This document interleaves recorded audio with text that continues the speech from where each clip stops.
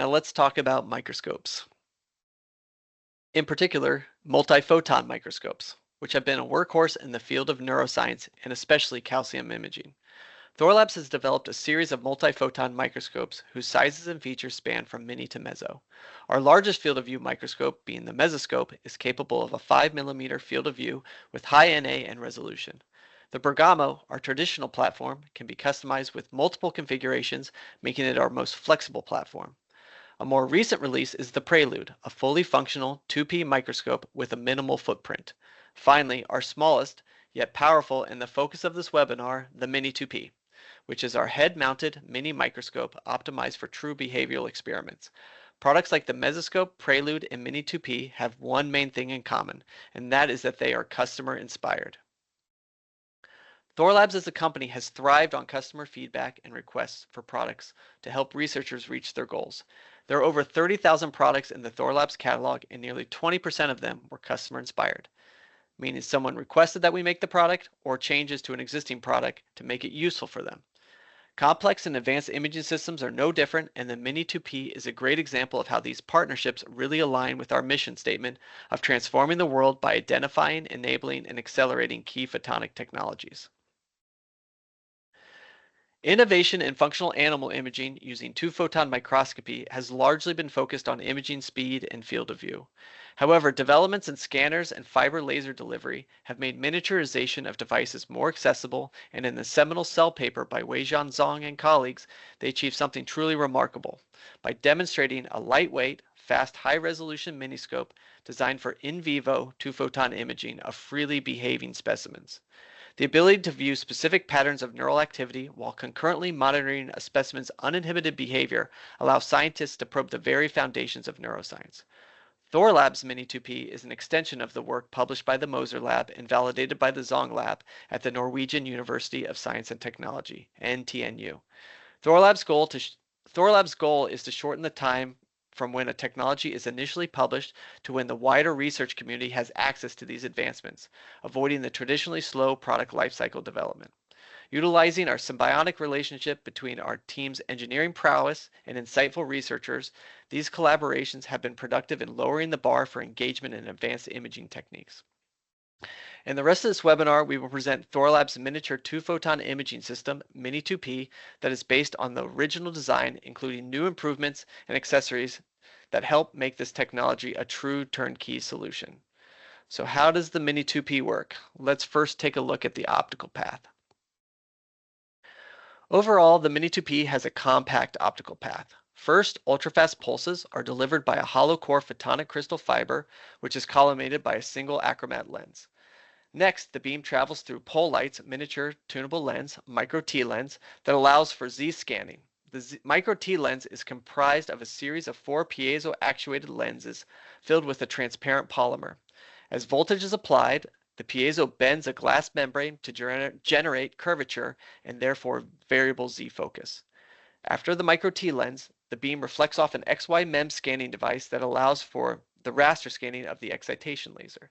A single scan lens, miniature dichroic, and objective conclude the excitation path. The emission generated from the sample is collected back through the objective, passes through the dichroic, and is collected by a single collection lens. The fluorescence is discriminated through a series of miniature laser blocking, dichroic, and emission filters.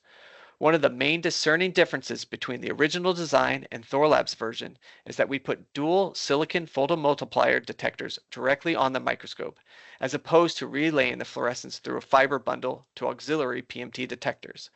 This removes the necessity for an additional cable and allows for more efficient fluorescent photon collection. Now let's go over how the system is overall assembled and what that looks like. The main portion of the microscope body consists of a handful of precision machine mechanics made from a specialized carbon-filled plastic which house the optical components and are held together by a handful of miniature screws. A custom low-voltage flexible circuit board was developed which integrates all the components that need coordination of electrical signals. This includes the tunable lens, MEMS, and silicon photomultiplier detectors. A custom housing cable is then used to connect the circuit board to the controller box where the signals are coordinated. The flexible circuit board is then folded onto the housing to complete the assembly. The control box then can be hooked up directly to any traditional two-photon data acquisition system, such as VDAC and scan image software. Now let's break down what is physically attached to the microscope to collect two-photon images. Shown here is a picture of the two pieces of hardware that are physically tethered to the Mini2P microscope. The first piece of hardware, shown on top, is Thorlabs Mini2P electronic control box, as mentioned previously. This houses all the electronics necessary to generate or relay the drive signals for controlling the XY MEMS device and the micro-T lens for Z-scanning, setting the bias and offsets of the silicon photomultiplier detectors, and relaying the analog signal from the detectors to the data acquisition software. This is all done with a long 2.5 meter single micro-coax cable bundle shown in light blue. The second piece of hardware, shown below, is a dispersion compensated fixed 920 ultra-fast laser with a built-in AOM for power control and blanking from Spark. The end of the laser is coupled to a 2.3 meter hollow core photonic crystal fiber that is used to deliver the ultra-fast pulses to the microscope. These are the only two cables that are physically attached to the microscope. Now that we have discussed the basics of the design, let's talk about the current available options. As for the scanning, there are two different options for MEMS. The first, sometimes referred to as the large field of view MEMS, is a 1.2 millimeter mirror that can be driven at 2 kilohertz. This allows for a frame rate of 15 hertz with a field of view of approximately 500 microns at a 256 by 256 pixel density. The second option is a slightly smaller mirror, 1.1 millimeter, with reduced scanning angle referred to as the fast MEMS, which is capable of being driven at 5.6 kilohertz, which allows for a frame rate of 40 hertz at a field of view of approximately 400 microns at a 256 by 256 pixel density. Besides the MEMS, we also have options for a series of interchangeable objective lenses. We currently offer two different 3x magnification objectives and a single 7x objective. The first objective, labeled 3x prism, was designed with a larger working distance, which allows, if needed, a user to implant a prism to access different brain regions. The second objective, labeled 3x grins, has a shorter working distance, but significantly larger NA, which can be, slightly larger NA, which can be used in series with a grin lens for accessing deeper regions that couldn't be accessed normally. The Z scanning range for the 3x can achieve greater than 200 microns, while the 7x objective has a reduced Z range down by the square of the magnification. However, the 7x objective has substantially larger NA and can resolve neuron processes, as will be shown later in the webinar. To summarize, Thorlabs Mini2P is a lightweight, fast, high-resolution, dual-channel miniscope designed for in vivo two-photon imaging of freely behaving specimens.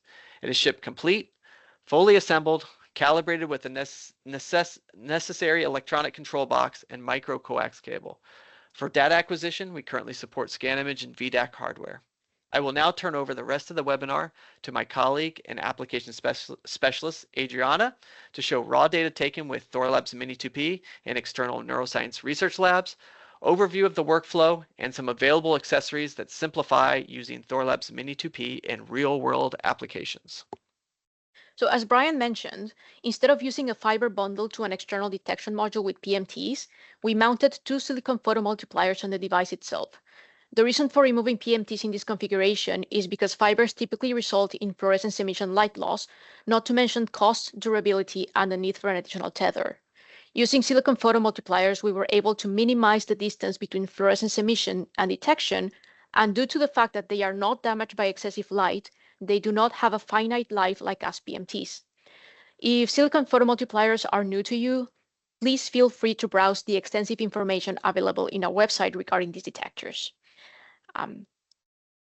With this being the most evident improvement, earlier this year we went to Weijan's lab in Norway to characterize and validate our Mini2P system against the original version, as well as gather data to make further improvements. The videos in this slide show a direct comparison between a system with an external detection module to the left and the Thorlabs version to the right. We used the same amount of laser power in the same field of view and depth of the same transgenic mouse. Imaging sessions are separated by a matter of minutes, and you can see the blood vessels in both videos correspond with each other. So qualitatively, the data acquired with CyPM detectors looks better, perhaps less noisy, but a quantitative measurement is needed regardless. So in order to quantify and compare signal to noise ratio, We imaged a homogeneous sample, in this case a fluorescent slide, with the same laser power with both the original and Thorlabs system. We used the lowest possible light levels, since typically fluorescence from in vivo samples is very low compared to a standard fluorescence slide. We calculated signal-to-noise ratio as mean signal divided by its standard deviation, and we found out that the images acquired with the SiPM detectors have a higher signal-to-noise ratio than those acquired with the external PMTs. The black and blue lines correspond to two different power ramp measurements with the same silicon detectors in order to get more data points, and the red line shows the results with the external PMT detection module.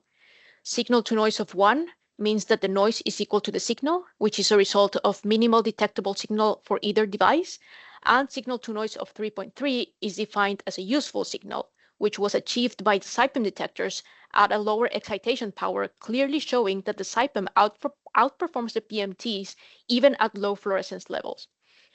Therefore, we are achieving a better signal to noise while reducing the need for an additional tether fiber bundle and replacing the need for expensive degradable gas PMTs, ultimately simplifying detection.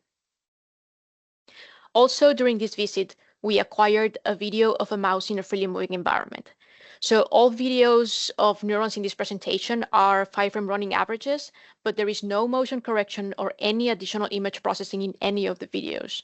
So this imaging session was performed in the somatosensory cortex of a transgenic mouse expressing GCAM6S.